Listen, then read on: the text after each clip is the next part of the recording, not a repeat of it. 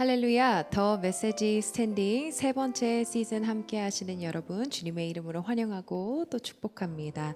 히브리서 5장 8절의 말씀을 보면은 그가 아들이시면서도 받으신 고난으로 순종함을 배웠다 라고 쓰여져 있습니다.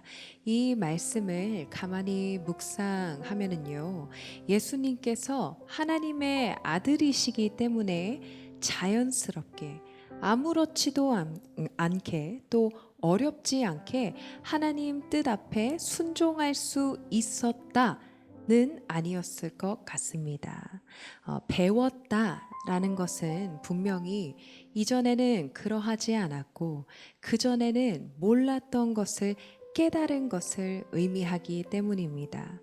예수님도 이 땅에 오셔서 순종을 배우고 이루어 가셨던 것처럼 우리도 고난을 통해 순종을 배우고 또 그로 인해 자라나고 성숙해져야 할 것을 믿습니다. 내가 마주하는 모든 고난의 시간이 나를 향하신 하나님 아버지의 선하신 뜻을 이루는 시간임을 우리가 깨닫고 예수님을 닮아가며 그 순종을 배우는 사람 될 수 있기를 간절히 소망하며 더 메시지 14번째 시간 우리 함께 찬양하며 열어가겠습니다.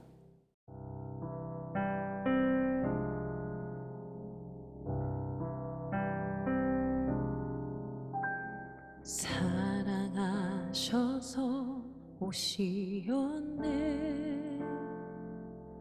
말씀하신 대로 본이 되신 예수 얼마나 아프실까 갈보리 언덕 그 십자가 사랑하셔서 오시었네 말씀하신 대로 본이 되신 예수 얼마나 아프실까 갈보리 언덕 그 십자가 빌림없이 이룰 수 없네 고난받을 이유 없으신 주 순종하셨네 그 십자가 지셨네 우리 위해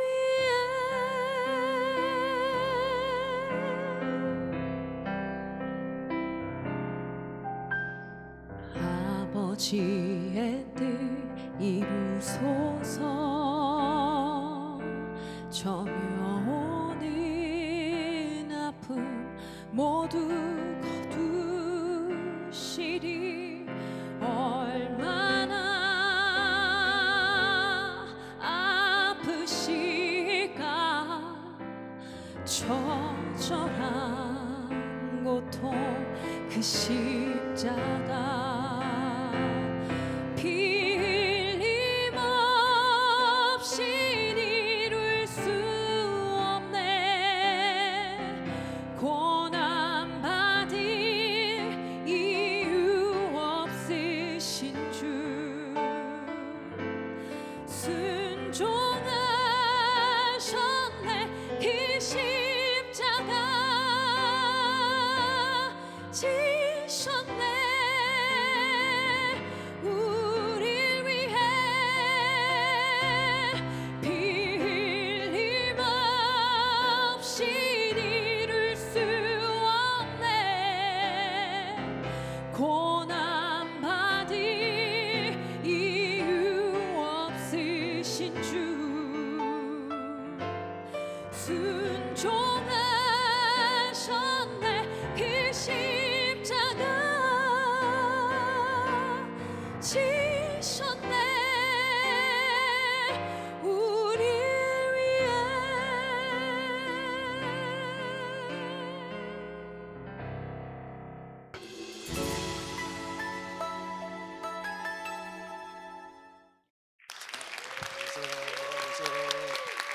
안녕하세요.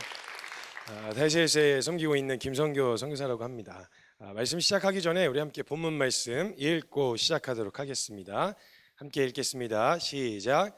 예수께서 이르시되 내 마음을 다하고 목숨을 다하고 뜻을 다하여 주 너의 하나님을 사랑하라 하셨으니 이것이 크고 계명이요 둘째도 그와 같으니 내 이웃을 내 자신같이 사랑하라 하셨으니 아멘. 하나님께서 사실 여러 가지 지켜야 될 명령을 우리에게 주셨는데요. 그 중에 제일 되는 거, 제일 첫째 되는 게 사랑이라고 이야기를 하십니다. 근데 우리가 이런 명령에 이렇게 순종할 때요, 되게 조금 고단하게 느껴지고 힘들게 느껴지는 이유는 뭐냐면 하나님의 말씀에 순종해 가지고 사랑하면 또 하나님의 말씀에 순종해서 어디 가면 뭘 하면 열매가 바로바로 나오면 좋잖아요. 예를 들면 사랑할 때도 우리가 사랑하라는 말씀에 순종했을 때 사랑해 준 만큼 바뀌면 좋지 않습니까? 근데 이 자식이 안 바뀌지 않습니까? 그러니까 내 순종이 되게 무의미하게 느껴지는 거예요. 내 헌신이, 내가 걸었던 걸음이, 내가 한 일이 아무것도 아닌 것처럼 느껴질 때가 너무 많단 말이에요. 그러다 보니까 하나님의 말씀에 순종하는 것들이 기쁘고 즐겁기보다는 부담스럽게 되어지는 이유도 열매가 바로바로 안 나타나기 때문이라는 거죠. 우리가 했을 때 확실한 결과가 나오면 모르겠는데 그 결과가 나오지 않는 것에 대한 두려움, 막막함, 이것들이 우리를 순종하는데 자꾸 어렵게 한다라는 거죠. 여러분, 여기서 한 가지 결론부터 찍고 이야기를 해야 될 것 같은데요. 순종했을 때 나타나게 되어질 결과와 열매는요, 순종했을 때 어떻게 달라지고 바뀌는 이게 아니고요, 순종이 열매입니다. 이걸 아셔야 돼요. 내가 순종했더니 이 사람이 이렇게 바뀌었다가 아니고요, 우리는 어디까지 보는 거냐면 내가 사랑하려고 하는 자리에 섰다, 이거 자체가 열매란 말이죠. 그 뒤에는 우리의 몫이 아니에요. 근데 사람들은 순종 뒤에 딸려오는 어떤 열매를 기대하기 때문에 순종이 어렵고 또 하는 것에 부담을 느끼는데, 우리가 순종하려고 방향을 잡았고 그렇게 하려고 시도했고 씨름하고 싸웠다, 이거 자체가 굉장히 큰 열매입니다. 왜냐면요, 우리가 어떤 말에 순종한다고 했을 때 그 말을, 명령을 내린, 오더를 내린 그 주체를 따른다는 이야기가 되는 거거든요. 근데 우리가 평상시에 우리가 그동안 예수님과 은혜를 모르고 살았을 땐 누구의 말을 듣고 살았었냐면 사단, 즉 죄와 어둠의 주관자들의 말을 듣고 살아왔었단 말이죠. 근데 내가 오늘 하나님이 이렇게 말씀하신, 사랑하라고 말씀하신 말씀에 시도하기 위해서 잘 되어지진 않아. 감정도 받쳐주질 않아. 그리고 결과도 없는 것 같아. 그러나 그 말씀 자체에 섰다는 것 자체가 난 오늘 사단의 말을 듣는 게 아니라 하나님 말씀을 듣는다라는 게 내 삶의 실제가 된 현장이라는 거예요. 그래서 순종이 열매입니다. 여러분, 생각해 보세요. 제가 이전에 군대 이야기를 잠깐 할 수밖에 없는데요. 여러분, 누구의 명령을 듣느냐, 내 실제 영향력을 행사하는 사람의 말을 들을 수밖에 없습니다. 왜냐하면 곧바로 불이익이 오거든요. 그렇기 때문에 사람들 그 명령을 따르게 되어지는데, 제가 처음에 군대에 들어가고 나서 이등병이었을 때 자대 배치를 받고 나서였습니다. 근데 이제 저 때는 많이 마셨는데 보통 이제 그 15분 전에 정각에 일어나면 15분인 45분에 알람을 맞춰놓지도 못했어요. 왜냐하면 제 알람 소리가 울려서 다른 선임들이 깨면 안 되니까 그 15분 전에 일어나야 되는데 글쎄 눈이 떠져요. 그래서 여러분, 아침에 어떻게 일어나? 그건 걱정 안 하셔도 돼요. 맞으면 돼요. 맞으니까 15분 전에 쎄 하면서 눈이 떠지더라고요. 근데 제가 15분 전에 눈을 딱 떴는데 조용히 제 이부자리를 이렇게 정리하고 있었어요. 안 깨게 정리하고 있었는데 복도에서 우당탕탕 하더니 막 뛰어다니는 소리가 들리는 거예요. 그래서 뭔가 해서 이렇게 그 창문이 나 있거든요, 문에. 창문을 통해서 봤더니 저희 중대장이 아침부터 이등병처럼 뛰어댕기는 거예요. 근데 중대장이 이등병처럼 뛰는데 이등병인 저는 어떻게 해야 돼요? 같이 뛰었죠. 그래서 뭔지 모르는데 일단 쫓아다니면서 다 깨워 그래갖고 다 깨우고 나서 갑자기 청소하라 해서 청소하고, 갑자기 잡초 뽑으라 해서 잡초 뽑고, 나라시 치라 그랬는데, 나라시라는 게 이게 평탄화 작업이거든요. 나라시 치라 그래갖고 막 나라시 치고, 영문도 몰랐어요. 영문도 모르고서 그렇게 막 정리를 하고 있었는데 갑자기 위병소 그 입구에서 차가 한 대가 올라오는데 대대장이 온다고 무전이 오는 거예요. 대대장이 와서 그런 거구나. 근데 갑자기 대대장 차가 앞에 입구에 딱 서더니 대장이 폴짝 내렸어요. 대대장이라고 하면 무궁화 2개거든요. 중령. 대장이 폴짝 내리더니 갑자기 이등병처럼 뛰기 시작하는 거예요. 중령 대대장이. 그래가지고 뭔지 모르는데 한 1-200명 정도를 더 데리고 왔어요. 그래서 한 300명 정도가 이등병처럼 뛰어다니면서 저희 부대를 다 뒤집어 엎고 있었어요. 근데 갑자기 위병소에 차가 한 대 또 온 거예요. 무전이 왔어요. 연대장님 오셨습니다. 이러는 거예요. 연대장은 대령이거든요. 무궁화 3개. 연대장이 와서 그런 거구나. 그런데 연대장이 차가 이렇게 들어왔는데 갑자기 연대장이 내리더니 걔도 이등병처럼 뛰기 시작하는 거예요. 그래서 한 3, 400명 정도가 같이 이등병처럼 뛰면서 다 뒤집어 엎었어요. 근데 나중에 알고 봤더니 저희 부대에 사단장이 온다는 거예요. 사단장이라고 하면 별 2개거든요. 여러분 하늘에 별 따기란 말이 군대에서 나온 말이에요. 그러니까 진짜 이거 별 그냥 보면 모르는데요. 진짜 군대에서 보면요 장난 아니에요. 오금이절해요. 사단장이 온다는 거예요. 오는 이유가 뭐였냐면 저희 옆에 부대에 미군 부대가 있었는데 그 미군 부대랑 한국 부대랑 함께 이렇게 훈련을 하는 훈련이 있었어요. 근데 그 훈련을 시찰하려고 오는데 문제는 훈련 중이니까 거기다 헬기 내릴 데가 없다고 저희 운동장에다가 헬기를 내리겠다고 한 거죠. 그러니까 한마디로 주차하러 온 거예요. 주차하는데 그 난리를 친 거예요. 그래가지고 다들 난리 쳐가지고 거의 다 정리를 한 다음에 다들 이제 운동장에서 이렇게 이제 우왕좌왕하면서 서 있는데 저희 연대장이 야 애들 다 A급 전투복으로 환복하고 오라 그래 그렇게 시킨 거예요. 그래서 다들 깨끗한 전투화 이제 A급 전투복을 환복하고 연병장에 이렇게 다 서열해서 서 있었어요. 서 있었는데 그 왜 여러분 흙바닥 운동장에 그래서 이제 학교에가 흙바닥 운동장이신 분들은 알겠지만 라인 그리는 그 구루마처럼 생긴 거 있죠. 안에 밀가루 같은 거 들어 있어 갖고 이렇게 선 그리는 거 그걸로 아주 몇 센치 몇 미터 이게 각을 재 가지고 H를 그리고 있었어요. 헬기 내릴 장소 그 H를. 그래서 이렇게 도도도도도도 이렇게 돌면서 그리고 있었는데 그리다가 안에 내용물이 다 떨어진 거예요. 그래서 H를 다 못 그리고 동그라미 하고 아가 됐어요. 아. 그러면 이제 그냥 봐도 헬기가 지나가다가 밑에 봐도 이게 아 적혀 있으면 저게 뭐야? 아 여기다 내리라는 거구나 하고 그냥 내리면 되잖아요. 무조건 H를 채워야 되겠대요. 그래가지고 이제 가지러 갔어요. 갔는데 벌써 시야에 헬기가 눈에 들어오기 시작한 거예요. 갑자기 연대장이 당황해가지고 앞에 취사장이 있었거든요. 그 식당이 거기 있는 취사병 야 취사병 밀가루 갖고 와 이렇게 된 거예요. 그래서 밀가루 갖고 와갖고 밀가루 거기다 부어가지고 마저 H를 그렸어요. 그러면서 이제 다들 긴장해갖고 바짝 긴장해갖고 이렇게 서 있었죠. 여러분 헬기 가까이서 본 적 별로 없으시죠? 헬기 가까이 볼 기회가 없거든요. 진짜 웅장해. 조그만 헬기였는데 진짜 웅장하더라고요. 두구두구두구 하면서 여기 위에서 이렇게 선회를 하다가 방향을 잡고 이렇게 내려오는데 바람과 엔진 소리가 장난 아니에요. 한 중간쯤 오니까 밀가루 다 날라갔어. 팍. 그걸 왜 뿌려놓냐고 그러니까. 근데 아깝지 않아요. 왜냐면 높으신 분이 오시는 거니까.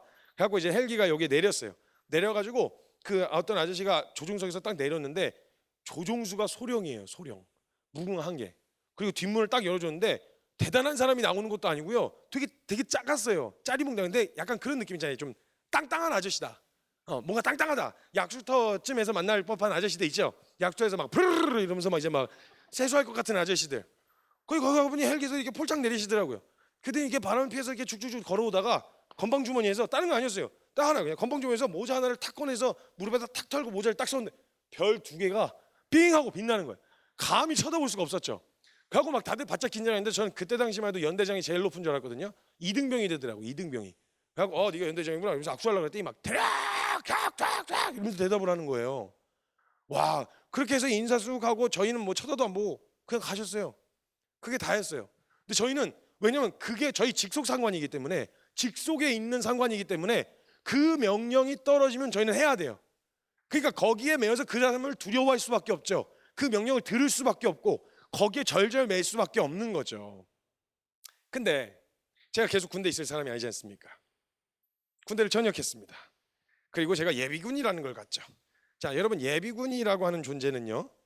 왜 그런지 모르겠는데 멀쩡한 인간들이거든요. 근데 예비군 군복만 입혀놓으면 또라이가 돼요. 제정이 왜 그런지 모르겠는데 그 보시면 아시겠지만 돌아다니는 예비군들 보면요. 이게 약간 세상 만사 모든 불만을 다 가지고 있어요. 그죠? 불만 다 가지고 있어요. 옷을 제대로 멀쩡히 입은 사람들이 없어요. 다 풀어 헤치고 신발 찍찍 끌고 다니면서 멀쩡한 회사원이고 멀쩡한 사람들인데 군복만 입혀놓으면 그래요. 저는 그걸 보다가 저는 어렸을 때부터 선교사였으니까 그럼 좀 열심히 좀 하지 왜 이렇게 짜증내고 그렇게 그러나 싶어서 난 열심히 해야지 이런 생각을 했어요. 그리고 이제 예비군 가는 날이 됐죠. 2박 3일 동안 가야 돼서 군복을 꺼냈어요. 그리고 입었죠. 근데 갑자기 알 수 없는 분노가 치밀어 오르는 거예요. 이해가 안 되는 분노가 갑자기 막 옷을 풀어헤치고 싶은 욕구가 막 생기면서 막 다 풀어헤치고 싶은 막 그런 마음이 생기는 거예요. 그리고 예비군에 이제 갔어요. 갔는데 제가 포병이었었는데 포를 쏘는 훈련을 하러 간 거예요. 그런데 갑자기 현역들이 저쪽에서 막 뛰어다니기 시작하는 거예요. 그래서 왜 그러냐 해서 현역 한 명 붙잡고 얘기했더니 군단장이 온다는 거예요. 훈련을 보러. 군단장은 3스타예요. 중장. 두려워했을까요? 안 했을까요? 예비군을 두렵게 할 수 있는 건 누구도 없습니다.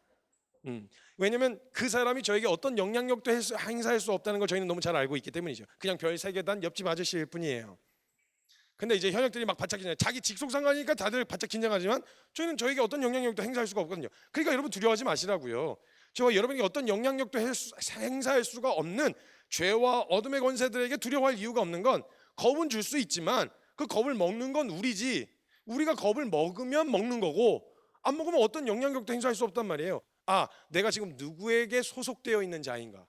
난 누구의 명령을 듣고 있는가? 내가 누구의 말을 따르고 있는가? 여러분, 아무리 옆에서 제 직속 상관도 아닌 사람이 옆에서 떠들면요, 어쩌라고요? 뭐 어쩌라고요? 나한테 어떤 영향력도 행사할 수 있으면 거부할 수 있는 권한이 여러분 안에 있단 말이에요. 그럼 우리가 하나님 말씀에 잘 안 되고 힘들고 어렵긴 하지만 그 말씀에 해보려고 시도하고 거기에 뛰어들었다는 말 자체가 뭐냐? 내 소속을 밝히는 거예요. 난 그리스도에게 속한 사람이야. 나는 하나님 백성이야. 난 그 법을 따라. 잘 안 되긴 해. 모범생은 아니야. 모범 시민은 아니야. 그렇지만 나는 어느 법에 속해 있느냐? 하나님 나라의 법을 따른다. 하나님 말씀에 따른다. 그렇기 때문에 여러분, 사랑했더니 안 바뀌어 걱정하지 마세요. 내가 그 사람을 사랑하기 위해서 다가가 커피 한 잔 타줬다, 이것 자체만으로도요, 난 하늘에 속한 백성이란 걸 스스로에게 증명하고, 어둠의 주관자야, 난 너 말 안 들어. 보통 사단이 이렇게 얘기하겠죠. 너 기분 나쁘게 만들었지? 똑같이 해. 너 어렵잖아. 어려움을 표현해. 네 감정대로 하라고 라고 이야기할 거란 말이죠. 근데 우린 그 명령을 들을 이유가 없어요. 왜? 우린 거기에 속한 사람들이 아니니까.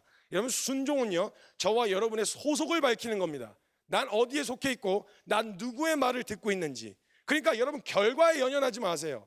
내가 순종했더니 이렇게 바뀌었다, 내가 순종했더니 이런 열매가 맺혔다, 내가 순종했더니 이런 결과가 나왔다, 이건 전혀 상관없어요. 하나님 보시는 건 딱 하나예요. 누구의 말을 듣고 있느냐는 거예요. 그럼 그 말을 듣고 그 자리에 섰다면 그 이후의 모든 것들은 주님이 책임지시는 겁니다. 주님이 갖고 손 안에 있는 일들인 거예요. 그럼 주님은 딱 그거 하나 보고 싶으신 거예요. 너 누구의 말을 듣고 있니? 너 누구를 따를 거야? 그럼 오늘 우리는 우리의 소속과 우리의 직속 상관이 누구인지, 누구의 명령을 듣고 있는지를 오늘 그 자리에서, 그 삶의 현장에서 밝히시는 거예요. 나는 그리스도입니다 말로 그렇게 하라는 게 아니라 사랑하라 말씀하셨어요. 제1된 명령이에요. 그럼 우리의 명령, 우리에게 오더를 내리시는 하나님 그 말씀에 따라서 사랑이 뭔가 감상적이고 막 감정적으로 품어진 이게 아니더라도 사랑할 때 나타나는 그 반응으로 섬기려고 하는 거예요. 욕이 나올 것 같은데 참는 거예요. 왜냐? 사랑은 오래 참는 거라 그랬으니까. 욕이 나올 것 같지만 하지 않는 거예요. 그리고 입술로 말이 안 나와. 사랑한다는 말이 안 나와. 괜찮아요. 사랑한다 이런 마음이 막 편안한 마음으로 뱉어지지 않아도 스릉한다도 돼요. 괜찮아요. 스릉한다, 사랑한다, 너 진짜 사랑한다, 이게 괜찮아요. 왜냐? 나는 오늘 내 정욕과 나를 살아서 어둠의 주관자들이 시키는 그 명령에 엎어진 게 아니라 난 하나님이 사랑하라고 말씀하셔서 사랑하려고 했던 그 자리에 나아갔던 그게 나는 오늘 주님께 속했고 난 하나님 나라의 백성이라는 걸 증명한 걸음이었기 때문에 주님 그걸로 충분히 기뻐하실 수 있다라는 거예요. 여러분, 순종합시다. 우리가 순종으로 우리의 소속을 드러내자는 거예요. 난 하나님 나라에 속한 백성입니다. 내 직속 상관은 하나님이십니다. 난 주님만 따릅니다 라고 하는 이 믿음의 고백으로 오늘 한 걸음 순종하시는 저와 여러분 되셨으면 좋겠습니다. 감사합니다.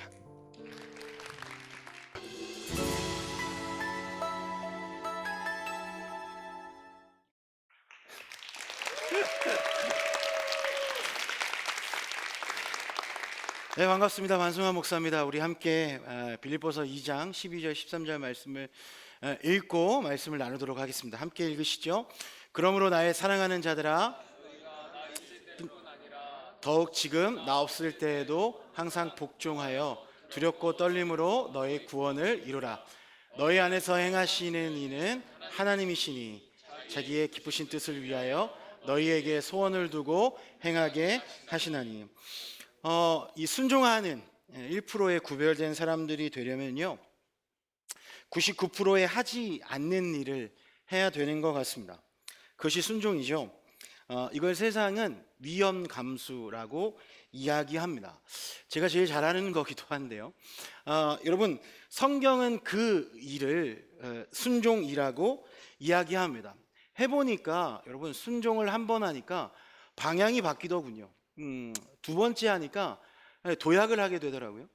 세 번째 하니까 하나님의 기적을 맛보게 되는 것을 경험했습니다.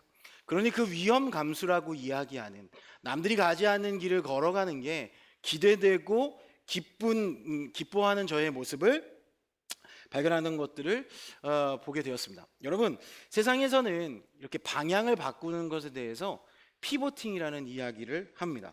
몸의 축을 바꾸는 것이라고 얘기하고요. 비즈니스 영역에서는 그 사업의 전환을 이야기하는 것이 바로 피보팅입니다. 엄청난 변화인 거죠. 사실 피보팅은요, 기업을 살릴 수 있는 마지막 방법이라는 겁니다. 생존의 싸움이라는 거죠. 여러분, 어쩌면 순종은 우리의 삶 속에 생존의 싸움 중에 하나일 수 있습니다. 그만큼 순종은 여러분 죽어가는 일상에 생명력을 가져오는 일입니다. 또한 여러분, 그 순종은요, 세상의 흐름을 거슬러 올라가는 힘이기도 하고요, 세상의 물결을 바꾸는 힘이기도 합니다. 순종은 여러분 구별된 인생을 살게 하는 거죠. 여러분, 저는 여러분들이 좀 구별된 삶을 살게 되길 소망합니다. 다른 인생을 살게 만드는, 거룩한 인생을 살게 만드는 거죠. 저는 그런 청년들을 볼 때마다 너무나 가슴이 뛰는 것을 경험합니다. 전례가 없는 불안정한 사회 속에서 우리는 살아갑니다. 그런데 여러분, 안전하게 산다고 해서 안전한 건 아니더라고요. 여러분, 믿음으로 사는 게 안전합니다. 그러니까 믿음으로 순종하십시오. 하나님의 부르심에 즉각 순종하십시오. 몸의 중심축을 순종으로 옮기십시오. 그래서 오늘 저는 여러분들과 순종에 대해서 이야기하길 소망합니다. 첫 번째입니다. 여러분, 순종은 없음에서 시작됩니다. 그러니까 제 질문은 항상 그렇습니다. 하나님, 우리의 사역은 힙하면 안 되나요? 우리는 클럽에서 예배하면 안 되나요?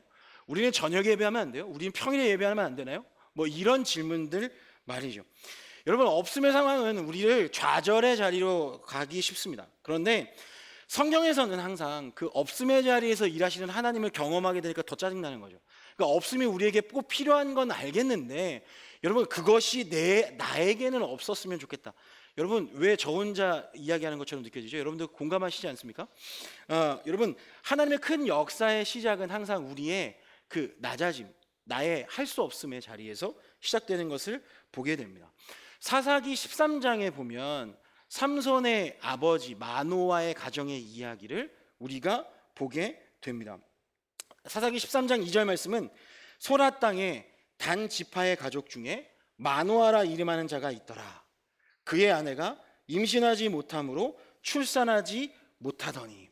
마노아는 가정을 이루었습니다. 가정을 이루면 당연히 정말 그 아들, 자녀, 딸을 가지길 원하죠. 그런데 그들의 상태를 성경은 불임의 상태라고 이야기했습니다. 그런데 여러분, 특별히 구약 시대의 기준에서 불임은요, 미래를 이어날 희망이 끊긴 상태라고 표현할 정도로 굉장히 큰 좌절 가운데 그들은 자리하고 있었을 겁니다. 그런데 이 절망적 상황, 이 없음의 상황을 통해서 하나님은 삼손이라고 하는 그 전무후무한 힘을 가진 힘의 소유자를 탄생시키십니다.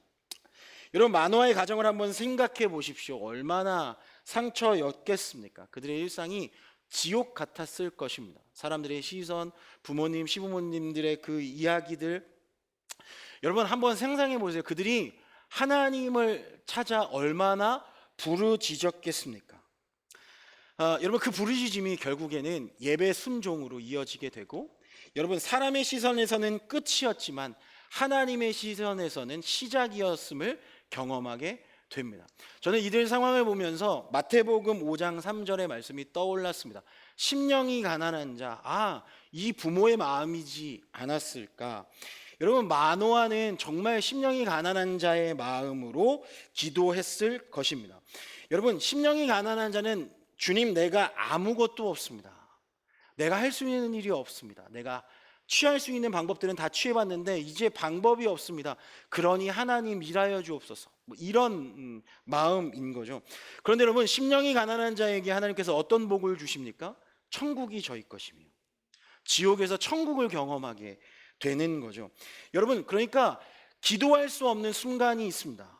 예배할 수 없는 순간이 있습니다. 무기력한 상태가 있습니다. 최선을 다했는데 내가 실패했을 때, 내 모든 것을 걸었을 때, 내 진을 다해서 내가 열심히 내달렸는데 숨이 거의 넘어가기 직전인데 여러분, 실패했을 때 우리는 예배 자리에 나가기도 힘들 때가 있습니다. 그럼에도 불구하고 10년이 가난한 마음으로 주를 찾을 때 여러분 천국이 임하는 시작점이라고 예수님은 우리에게 말씀하고 있습니다. 그래서 없으면 여러분 절망이 아니라 시작의 모멘텀이 될 수 있음을 여러분 기억하십시오. 오병이어 사건을 기억해 보시죠. 여러분 제자들은 예수님에게 계속 뭐라고 이야기합니까? 택도 없습니다. 여러분 택도 없어요 라고 이야기하겠지만 예수님은 뭐라고 말씀하십니까? 어린이 손에 가져온 그것들을 보면서 충분하다. 예수님은 충분하다라고 이야기하고 있습니다. 없음이 충분으로 바꾸는 일에 여러분 예배로 가는 순종의 걸음이 있었다라는 것을 기억하십시오. 그가 그곳에서 축사하니 여러분 폭발적인 기적이 일어났습니다. 저는 이 시대에 정말 이 폭발적인 기적을 일으키는 청년들을 보고 싶은 마음이 있습니다. 여러분이 그 한 사람이 되어 주시겠습니까? 여러분 그러면 우리는 심령이 가난한 마음으로 예배의 자리로 달려가야 합니다. 없음과 충분 사이에 우리는 예수님과의 만남을 경험할 수 있습니다. 돈이 없습니다. 실력도 없습니다. 나를 도울 사람도 없습니다 같은 수많은 없음 앞에 하나님이 일하실 자리는 커진다는 것을 명심하십시오. 여러분 여기서 우리가 기억해야 될 것이 있습니다. 여기에서 킥은 예배입니다. 여러분 얼마나 여러분의 일상에서 예배의 자리로 나아가고 계십니까? 여러분 사사기 13장에 여호와의 사자가 그 심령이 가난한 마음으로 기도하는 마노아에게 나타나서 이렇게 이야기합니다. 어찌하여 내 이름을 묻느냐? 내 이름은 기묘자라 하니라. 그 하나님의 사자가 나타나서 너희가 아들을 가질 것이고 그 아들을 이렇게 키우라라고 이야기합니다. 지옥에 있던 그들이 천국을 발견한 거죠. 그러니까 마노아가 여호와의 사자에게 이름을 묻습니다. 여러분 하나님은 자신의 이름이 기묘자라고 답했습니다. 이사야 6장 9절 말씀에 기묘자는 어떻게 표현되고 있습니까? 그의 이름은 기묘자라, 모사라, 전능하신 하나님이라, 영존하시는 아버지라, 평강의 왕이라. 기묘자는 예수님의 이름입니다. 여러분 그들은 상한 마음을 가지고 예배 시간을 통해 기묘자 예수 그리스도가 그들에게 찾아와 하나님이 주시는 위로를 경험했습니다. 치유를 경험했습니다. 회복을 경험했습니다. 여러분 그러니 순종의 예배의 자리로 나아가는 여러분이 되길 소망합니다. 그 예배를 통해 하나님은 우리를 훈련의 자리로 이끄실 것입니다. 여러분 그 훈련의 자리는 여러분 너무 무겁습니다. 예수 그리스도가 지셨던 십자가의 무게만큼이나 무겁습니다. 그 무게를 지게 하기 위해서 하나님은 우리를 훈련의 자리로 이끄신다라는 것을 기억하십시오. 오늘 하루가 고난했다면 여러분 이렇게 생각하셔도 됩니다.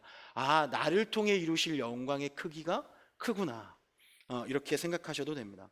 첫 번째는 여러분 하나님께서는 그들에게 감사를 훈련시키셨습니다. 감사는 무엇입니까? 원망의 반대말입니다. 원망은 여러분 사망을 가져옵니다. 원망은 여러분 우리에게 좌절을 가져옵니다. 그래서 하나님은 우리를 예배를 통해 감사하는 훈련을 갖게 하십니다. 민수기 21장에 보면 여러분 가나안 2세대들이 어떻게 훈련받는가에 대한 이야기들이 나옵니다. 민수기 21장 4절에 백성이 호르산에서 출발하여 홍해길을 따라 에돔 땅을 우회하려 하였다가 길로 말미암아 백성들의 마음이 상하니라. 백성들의 마음이 상했습니다. 왜요? 길이 보이는데 하나님께서 우회하라고 하셨거든요. 우리는 우회하는 것을 굉장히 싫어하는 사람들입니다. 그런데 하나님은 우회하는 것이 훈련이라고 이야기합니다. 저는 하나님 믿었을 때 믿음은 무조건 직진하는 거라고 배웠습니다. 직진하지 않으면 지는 것이라고 배웠습니다. 여리고성이 있으면 그냥 7바퀴 돌아서 꽤 부수는 것이 믿음이라고 생각했습니다. 그런데 살다 보니 여러분 하나님께서는 우리에게 때로는 우회하라고 말씀하실 때가 있습니다. 재수할 때가 있습니다. 잠시 멈출 때도 있습니다. 우리가 당연히 이루어질 것이라 생각했던 계약의 성사가 안 될 때도 있습니다. 멈춰야 할 때입니다. 돌아가야 할 때입니다. 여러분 우리는 그 상황을 순종으로 승화시킬 수 있어야 합니다. 예배는 우리를 그 우회하는 길에 마음이 상한 것을 여러분 승화시키는 작업입니다. 원망이 아니라 감사로 말입니다. 여러분 그 감사의 훈련이 우리를 순종의 길로 나아가게 합니다. 여러분 우리가 그 길을 걸어갈 때 우회할 때 순간 감정이 격해질 때가 있습니다. 왜냐하면 광야보다 더 빡센 환경일 때가 있기 때문입니다. 왜 우리를 이런 길로 몰아 넣으십니까? 여러분, 그래서 우리는 관점이 바뀌어야 합니다. 하나님의 관점은 그 길은 우회하는 길이 아닙니다. 가장 안전한 길입니다. 때론 우리가 너무너무 직진을 좋아해서 그곳이 사망의 음침한 골짜기인 줄 모르고 들어갈 때도 있습니다. 그럼에도 불구하고 우리가 두려워하지 않을 것은 이 감사 훈련을 통해 하나님이 우리와 함께 하신다는 것을 경험할 수 있게 되기 때문입니다. 여러분, 원망하면 안 됩니다. 민수기 21장에 그 우회하는 것에 대해서 마음이 상했던 이들에게 하나님은 불뱀을 보내셨습니다. 그러니까 원망은 하나님의 심판이라고 하는 방정식이 세워진다는 것이죠. 여러분, 불뱀을 보내 많은 이들이 죽었습니다. 원망 중에 우리는 많은 것을 잃습니다. 원망은 생명을 잃게 합니다. 그러니 다시금 눈을 들어 예수님께서 우리의 삶에 보내신 노뱀을 바라보십시오. 원망의 자리에서 하나님은 우리에게 노뱀, 예수 그리스도를 통해 다시금 순종의 자리로 우리를 이동시키기를 원하신다는 것입니다. 요한은 당시를 이렇게 표현합니다. 요한복음 3장 14절 15절에 모세가 광야에서 뱀을 든 것 같이 인자도 들려야 하리니 이는 그를 믿는 자마다 영생을 얻게 하려 하심이라. 우회도 괜찮습니다. 하나님과 함께하는 순종의 길이라면 그것은 우리에게 영생을 주는 길이기 때문입니다. 여러분, 다시금 이스라엘 백성들 정비해서 이스라엘 백성들이 부엘에 이릅니다. 그들이 부엘을 지나갈 때, 그 일들이 있고 부엘을 지나갈 때 하나님이 백성들을 부르십니다. 뭐라고 부르시냐면 내가 예전에 약속했던 부엘에서 우물이 솟아나리라. 여러분, 우리가 잊고 있었던 거죠. 세상이 바빠서 내가 계산해서 내 길을 걸어가느라고 하나님께서 나에게 생수의 강, 우물을 주시겠다고 하는 그 약속을 잃어버리고 걸어갔다는 것이죠. 하나님은 우리에게 우회하라고 말씀하신 이유는 우리에게 약속하신 그 땅, 우리에게 약속하신 그 길을 걸어가라고 말씀하셨다는 것입니다. 여러분, 그러니 그 우회하는 길을 하나님이 우리에게 약속을 지키기 위한 길이라고 생각하게 되길 예수님으로 축원합니다. 왜 하필 이 길이지? 라는 생각이 드신다면 여러분, 감사로 그 길을 걸어가시는 여러분이 되길 소망합니다. 두 번째는 여러분, 순종의 훈련을 하게 하십니다. 예배는 순종의 훈련을 하는 방식입니다. 여러분, 민수기 20장 21장에 여러분 이렇게 우회하라 하기 전에 예수님께서는 또 다른 명령을 하시는 것을 보게 됩니다. 민수기에서는 아주 간단하게 표현되어 있는데 신명기 2장에 보면 여러분 이렇게 이야기합니다. 에돔, 모압, 암몬의 자손들 그들이 차지하고 있는 땅은 치지 마라, 정복하지 마라, 돌아가라 라고 이야기합니다. 왜냐하면 모두 형제 민족이기 때문이다라고 이야기합니다. 정확한 워딩으로는 신명기에 이렇게 나와 있습니다. 하나님은 그들과 싸우지 말고 괴롭히지 말고 그 땅을 차지하지도 말라고 명하십니까? 또 어디로 갑니까? 라는 질문이 생길 수밖에 없습니다. 여러분, 여기서 우리가 배워야 하는 훈련의 포인트입니다. 무엇에 순종을 이야기합니까? 멈추라 할 때 멈추라는 것입니다. 이게 더 어렵습니다. 왜냐하면 눈으로 볼 때 내가 할 수 있을 것 같습니다. 우리가 괴롭히면 괴롭힘 당할 정도의 약한 곳이었습니다. 이때가 더 어렵습니다. 왜요? 절제해야 되거든요. 성령의 열매 중에 절제는 가장 마지막에 나옵니다. 셀프 컨트롤, 가장 어렵습니다. 눈에 보이는 것, 내가 이미 해봤던 것들을 멈추는 것은 가장 어렵습니다. 그런데 오늘 하나님께서 멈추라고 이야기하십니다. 세상으로 걸어가고 있는 나를 멈추라고 얘기하십니다. 그게 가장 어렵습니다. 여러분, 땅을 기업으로 받는 방법을 여러분 알려드릴까요? 마태복음에 보면 그 팔복 중에 온유한 자는 복이 있나니 땅을 기업으로 받을 것이고 이렇게 나옵니다. 온유한 자는 어떤 뜻입니까? 여러분, 야생마가 있는데요, 제멋대로 막 뜁니다. 언제 그가 멈추죠? 주인을 만났을 때. 자기를 길들일 수 있는 주인을 만났을 때 멈출 수 있습니다. 온유한 자는 무엇입니까? 내가 선택하지 않고 하나님께서 멈추라고 하는 그 멈춤 사인에 멈출 수 있는 사람이 되었다는 겁니다. 존재가 바뀌었다는 거죠. 여러분, 이스라엘 백성들은 이제 멈출 줄 압니다. 왜냐하면 하나님을 경험했기 때문입니다. 그래서 우리에게 우리의 삶 속에 하나님 앞에 순종하며 하나님께서 주시는 복을 경험하는 것은 매우 중요합니다. 여러분, 하나님이 어떻게 하셨을까요? 이미 아모리 족속 시온이 차지한 땅을 예비해 두셨습니다. 그 땅을 차지하지 마라. 어디로 가야 합니까? 이미 아모리 족속 시온이 차지한 땅을 예비해 두셨습니다. 우리가 전혀 예측하지 못한 곳이었습니다. 순종 훈련은 여러분 우리의 지경을 넓히는 훈련입니다. 내가 보지 못한 것, 그런데 돌아보면 그때 나에게 가장 알맞은 옷을 입히신다라는 것입니다. 다윗도 마찬가지입니다. 성전을 짓고 싶었습니다. 누가 봐도 정확한 타이밍입니다. 하나님, 나에게 이것을 허락하는 게 정말 좋습니다. 우리는 때로는 하나님의 이름을 빌려 나의 성공, 나의 취할 것을 구할 때가 있습니다. 그런데 하나님께서 아니라고 하니 다윗은 그 일을 접습니다. 신앙생활하면서 이 길이 맞을 것 같은데 왜 하나님이 막으시지 싶을 때가 있습니다.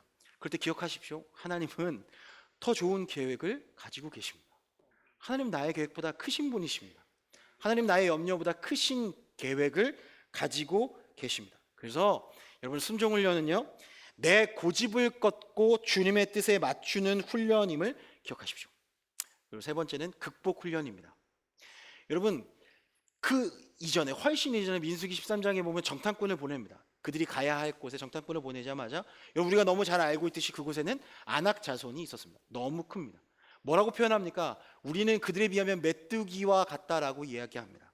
근데 보십시오. 이미 민수기 20장, 21장을 통해서 그들은 감사 훈련, 순종 훈련을 했습니다. 그리고 나서 신명기 3장에 하나님께서 그들에게 굳이 가지 않아도 되는 바산왕 옥을 치라는 명령을 합니다. 정탐꾼이었을 때는 가지 않겠습니다라고 얘기합니다. 그런데 굳이 가지 않아도 되는 명령에 여러분 담대하게 나아가서 그 바산왕 옥을 여러분 제압해 버립니다. 무엇이 세상을 향해 나갈 때 두려움을 담대함의 용기로 바꾸었을까요? 하나님은 순종을 통해 우리의 실패 트라우마를 극복하게 하십니다. 하나님은 우리를 세상 가운데 여러분 찌질하게 사는 것이 아니라 담대하게 다스리고 정복하기를 바라신다라는 것입니다. 여러분 우리에게는 많은 문제들이 있습니다. 취업, 진로, 인간관계, 가정 문제 등 앞에서 우리의 실패 때문에 그 학습 때문에 쉽게 겁먹을 때가 있습니다. 피하면 편할 것 같지만 문제는 결국 돌아옵니다. 그러니 예배 자리로 돌아가십시오. 감사 훈련하십시오. 순종 훈련하십시오. 그리고 극복 훈련하십시오. 그러면 여러분 하나님께서 우리에게 이런 훈련의 메시지를 던지실 것입니다. 정면으로 뚫어라. 이제 와서 그 훈련을 다 치하고 나면 내가 함께한다 라고 이야기하실 것입니다. 순종의 결단으로 맞설 수 있다면 여러분 우리는 우리의 두려움이 분해되고 믿음의 급성장한 나의 모습을 발견하게 될 것입니다. 그 급성장은 우리에게 헌신을 할 수 있는 믿음의 자리로 이동시켜 줍니다. 마지막입니다. 순종은 헌신으로 완성됩니다. 저는 여러분들이 주님의 제자 되길 소망합니다. 여러분 우리는 세상 가운데 헌신으로 하나님이 계심을 증명해야 하는 사람들입니다. 여러분 순종은 헌신의 단계로 꽃피어납니다. 여기서 말하는 헌신은 결코 억지나 의무감에서 비롯된 것이 아닙니다. 교회를 억지로 나오는 아이들이 있습니다. 여러분 그런데 내 안에 계신 하나님으로 인해서 내 존재가 확 바뀌게 되었을 때 자연스럽게 나오는 그 적극적 행위, 하나님을 사랑할 때 나오는 그 에너지는 여러분 세상이 감당할 수 없습니다. 세상이 감당할 수 없는 여러분 되길 소망합니다. 헌신은 여러분 존재의 변화를 통해 나타납니다. 존재가 변하면 여러분 순종의 행동이 나오게 되어 있죠. 담대해지고 절제할 수 있고 멈추지 않고 앞으로 달려나가는 인내를 가질 수 있습니다. 그러니 빌립보서 2장 12절 13절 말씀이 우리에게 우리의 삶에 가까이 다가오는 것을 경험합니다. 두렵고 떨림으로 너희 구원을 이루라. 두렵습니다. 떨립니다. 하나님이 살아계신 것도 알고 하나님이 우리가 그 훈련을 통해서 열매 맺을 것도 압니다. 근데 세상에 나가면 안악 자손들이 그대로 있습니다. 그러나 여러분 그럼에도 불구하고 하나님께서 우리를 훈련시키는 그 훈련을 통해 우리는 담대해졌습니다. 자발적으로 세상에 나가서 우리는 하나님의 말씀을 선포합니다. 그 선포 속에 하나님께서 구원을 이루시게 될 겁니다. 왜냐하면 여러분 이제는 내가 하는 것이 아니고 너희 안에서 행하시는 하나님이 행하시기 때문입니다. 여러분 여러분의 삶 속에서 하나님이 행하시는 일들이 많아지게 되길 소망합니다. 여러분 우리가 순종할 수 있는 진짜 힘은 우리 안에서 소원을 두고 행하시는 하나님으로부터 나옵니다. 나는 두렵고 떨립니다. 그러나 나의 존재가 바뀌었습니다. 하나님의 자녀가 되었습니다. 그건 나는 죽고 예수로 사는 상태로 변화되었다는 것입니다. 여러분 우리 안에 그러면 하나님이 심어주신 거룩한 열망이 내 안에서 움직이기 시작합니다.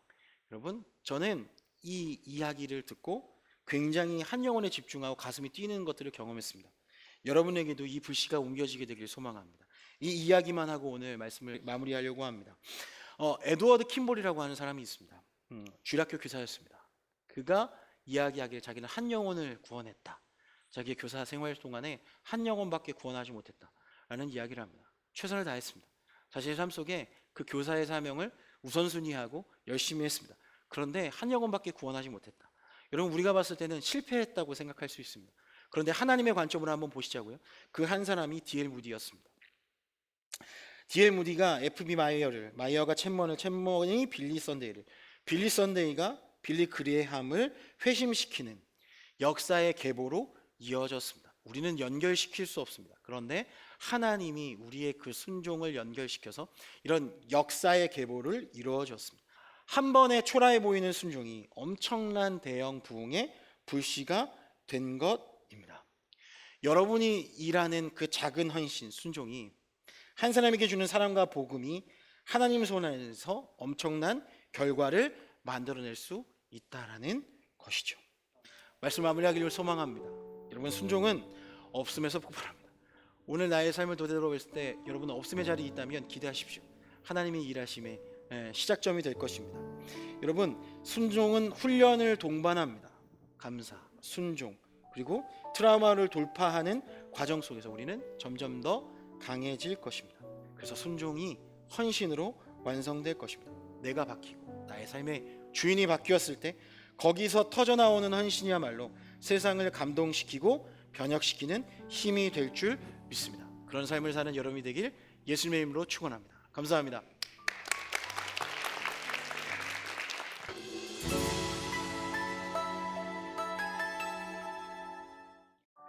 오늘날 우리가 살아가는 시대는 순종과는 너무나도 거리가 먼 시대인 것 같습니다. 자기의 뜻과 자기 생각과 자기 고집을 주장하며 마치 그것이 개성이나 인권이나 자유인 것처럼 이야기합니다. 그리고 순종은 마치 어리석은 자들, 패배자들의 것인 양 비춰집니다. 앤드류 머레이 목사님은 겸손과 순종에 대해 이렇게 이야기했습니다. 겸손은 피조물의 가장 높은 미덕이며 순종은 천상의 예술이며 믿음의 시작이다. 물은 언제나 가장 낮은 자리로 흘러가 그곳을 가득 채운다.